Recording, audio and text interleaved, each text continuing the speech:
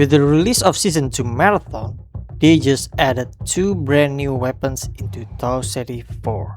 Actually, there's 3 weapons, but the other one is a unique weapon. We can talk about it later. So these 2 new guns, if you remember them from the developer Sykes, the KKV-9SD SMG was designed as the counter for the shotgun meta.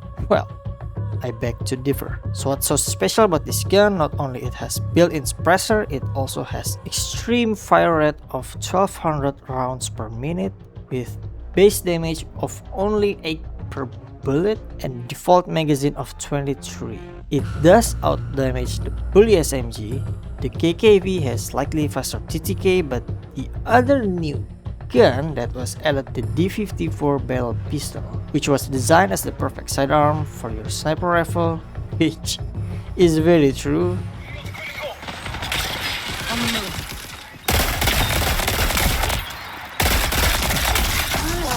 I got 2 new meta.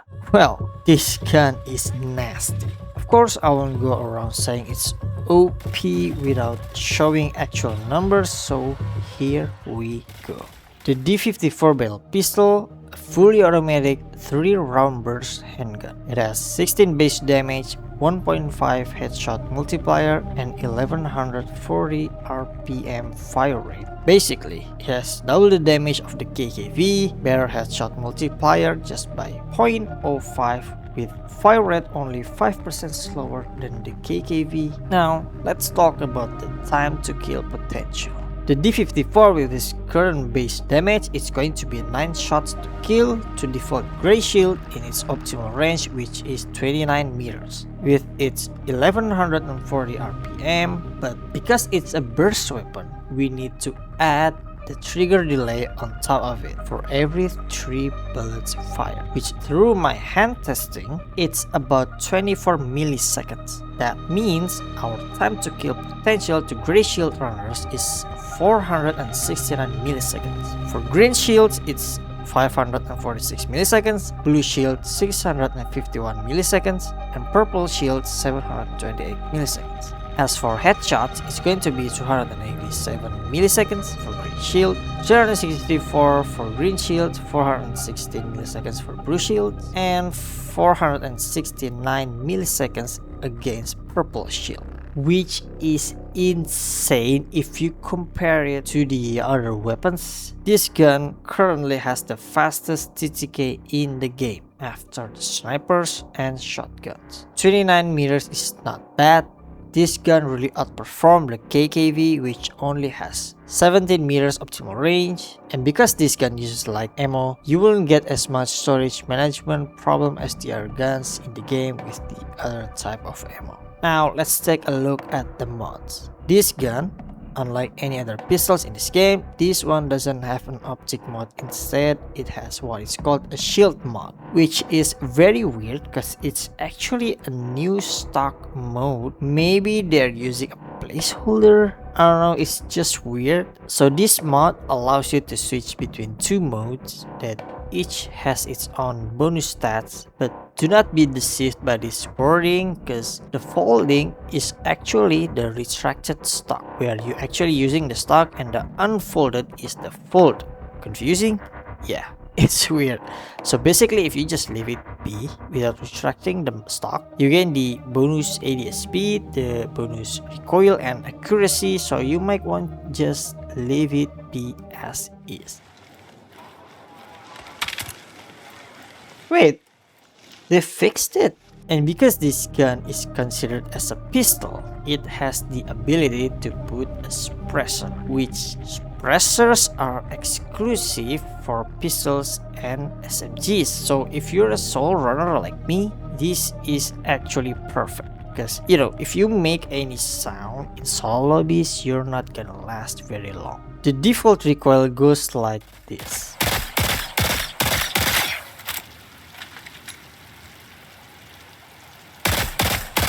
It has pretty high vertical recoil, and you can put a lot of recoil reduction mode to eliminate the vertical recoil.